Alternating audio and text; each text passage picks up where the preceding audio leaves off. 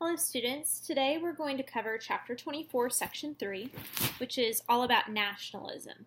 We're going to study two specific examples of nationalism, bringing people together, specifically Italy and Germany, and we're also going to talk about three specific examples of how nationalism pulled countries apart.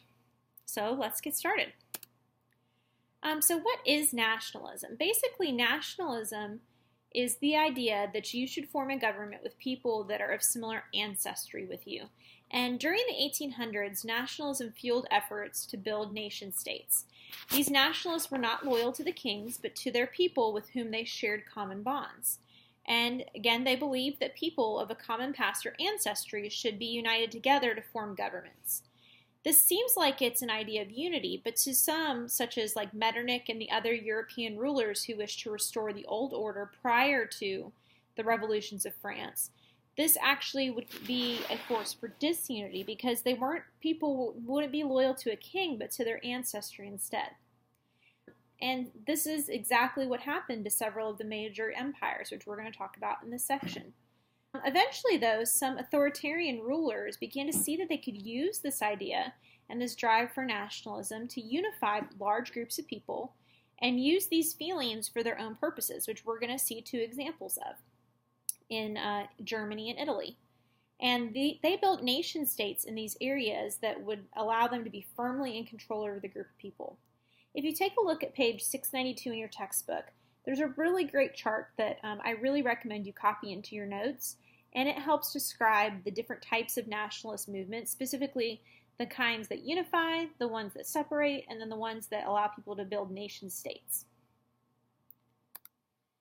There are three main empires who were shaken by these nationalist movements. First is the Austrian Empire, which is ruled by the Habsburgs, the Russian Empire, which is ruled by the Romanovs, and the Ottoman Empire ruled by the Turks.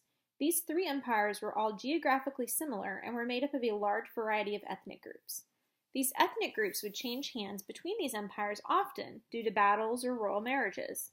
And every time that change of hands happened, it lessened loyalty to the empire rulers because it made it clear that they didn't really have anything in common with them. This led each ethnic group to be loyal mainly to those of a similar lifestyle and ancestry instead of their rulers. So now let's look specifically at the Austrian Empire. The Austrian Empire was made up of a variety of ethnicities. Their subjects contained Slovenes, Hungarians, Germans, Czechs, Slovaks, Croats, Poles, Serbs, and Italians. And in 1866, Austria suffered a loss at the hands of the Prussians during the Austro-Prussian War. The Austrians lost, as a result of this war, a large section of land that had just been organized into the North German Confederation, which was a union of Prussia and 21 smaller German political units. And soon after losing these German states, Austrian Emperor Francis Joseph began to be pressured by his Hungarian subjects for their independence. He responded by splitting his empire into two different states, Austria and Hungary. Though he was the ruler of both, he ruled them separately, as two different countries. His new empire was called the Austro-Hungarian Empire, and both sections of his country continued to dig into their nationalist feelings, and this continued to weaken his empire. Eventually, World War I broke out, and after that, the empire broke into several separate nation-states. Another example of an empire that was shaken due to the nationalism was the Russian Empire. The Russian Empire is extremely old, and at this point in history, the Russian czars had ruled for over 370 years. The Russian Empire was made up of many ethnicities, such as the Russians, Ukrainians, Poles, Lithuanians, Latvians, Estonians, Finns, Jews, Romanians, Georgians, Armenians, Turks, and others. And each one of these cultures was unique to themselves. The ruling Romanovs were determined to keep control of these groups. They could see that they were losing control, and in an effort to try to maintain control, they used a policy called Russification. And this was where they forced Russian culture on all of these other groups in an effort to maintain unity. However, it had the opposite effect and just added fuel to the nationalistic fires. Eventually, the empire weakened and broke apart after World War I and the communist revolutions. And the last Roman Tsar stepped down from power in 1917.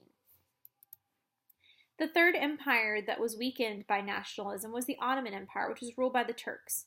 It included a wide variety of people, including the Greeks, Slavs, Arabs, Bulgarians, and Armenians. And in 1865, under pressure from the British and the French, the Ottomans granted equal rights to all of their subjects. This angered the Turks, who had no desire to change the way their empire was run. So, for example, in response to some of the nationalist movements that happened in Armenia, they massacred the Armenians and deported several of them from 1894 to 1896, and then again in 1915. And like Austria-Hungary and Russia, the Ottoman Empire would soon dismantle after World War I. So now let's talk about a couple incidences where nationalism brought people together. The first case study is going to be on Italy. Now, at this period of history, the largest and most powerful of the Italian states is Piedmont, Sardinia. The King of Piedmont, Sardinia had adopted a liberal constitution in 1848, and the liberal Italian middle classes were pleased with this progress. Sardinia's king, Victor Emmanuel II, named Count Camillo de Cavour as his prime minister. Cavour worked tirelessly to expand his country's power, and he began using his considerable talent to expand control over northern Italy for Sardinia. Soon Cavour realized that he could never gain control over northern Italy like he wanted, as long as the Austrians were still involved in the area. So Cavour allied himself with France and then purposefully provoked a war with Austria. The combined forces of the French and Italian armies won 2 quick victories and took all of northern Italy under their control except for Venetia. While Cavour was uniting northern Italy, he secretly began assisting southern Italy by helping nationalist rebels there.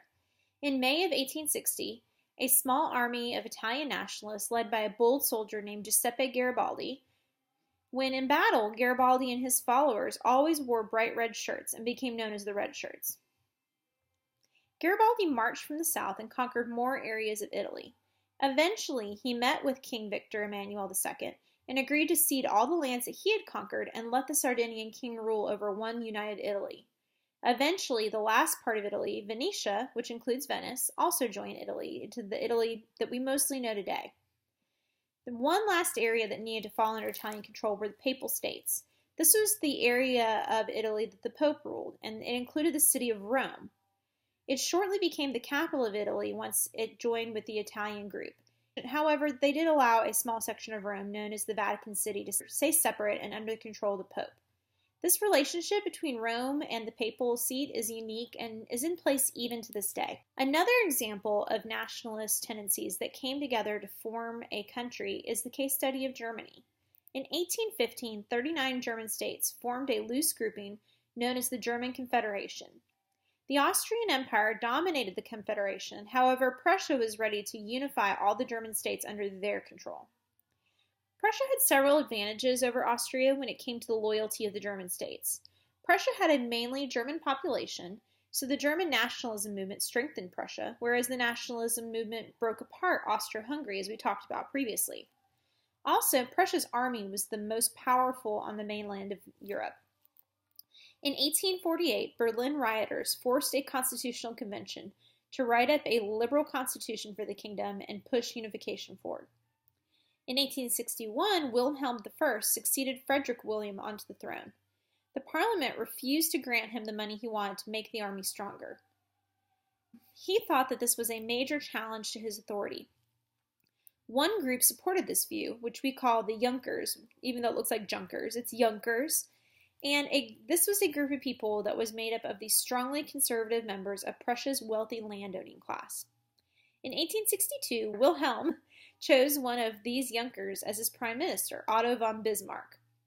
Bismarck was a master of what came to be known as realpolitik. This meant the politics of reality. These are tough power politics that have no room for idealism. Bismarck would use this technique and become one of the most commanding figures in German history. With the king's approval, Bismarck declared that he would rule without the consent of Parliament and without a legal budget, which directly violated the Constitution. In 1864, Bismarck moved towards forming an empire for Prussia. Prussia and Austria formed an alliance and went to war against Denmark to gain 2 border provinces, Schleswig and Holstein. This quick victory swelled Prussia with nationalist pride, and after this victory, Austria and Prussia split the territories, with Prussia ruling Schleswig and Austria ruling Holstein. Not long after this, Bismarck purposefully stirred up conflict with Austria over these new lands. Eventually, he manipulated Austria into declaring war on Prussia, and this became known as the 7 Weeks' War. The Prussians were so militarily superior that they embarrassed the Austrians by winning with such a huge victory over them. The Austrians lost Venetia, which was given to Italy, and much of their northern German territories went to Prussia. In 1867, the remaining states joined the North German Confederation, which Prussia completely dominated. By 1867, there were still a few German states that were kind of independent, and many of these southern Germans were Catholic and really did not want Protestant Prussia to be ruling them. Bismarck thought he could change their feelings and inspire loyalty if a threat from the outside were felt, so he decided the best way to do this would be through a war with France. As we saw previously with the war with Austria, he was very skilled in manipulating things in his favor. He orchestrated a series of incidences to push Prussia and France towards war. He spread a rumor among the people that the French ambassador had insulted the Prussian king. The French reacted to this by declaring war on Prussia. Prussia immediately poured into northern France and surrounded the French forces, and the army even took Emperor Napoleon III himself captive. The Parisians held out against the siege until a lack of food finally forced them to surrender. This victory sealed German unification, and nationalist fever seized southern Germany, and they happily accepted the leadership of Prussia. In January 1871, at the captured Palace of Versailles, King Wilhelm I of Prussia was crowned Kaiser, which is another word for emperor. The Germans called their empire the Second Reich because they considered the Holy Roman Empire as the First Reich. Bismarck had achieved Prussian dominance over Germany and Europe. So let's rewind a little bit. Back in 1815, the Congress of Vienna had tried to balance power in Europe after having to deal with Napoleon. They created the 5 main powers in Europe. They decided these 5 main powers would be Britain, France, Austria, Prussia, and Russia, and they basically all were equal in power and wealth and land. However, due to all these events, the nationalist movements and the wars of the mid-1800s, this balance had shifted. It was now clear that Germany, also known as Prussia at this point, and Britain were the main powers, while Russia and Austria had greatly weakened. France, after just having been defeated, was left struggling somewhere there in the middle. And this is the situation that we're dealing with as we go into our next chapter. Thanks for listening, and I hope you took good notes.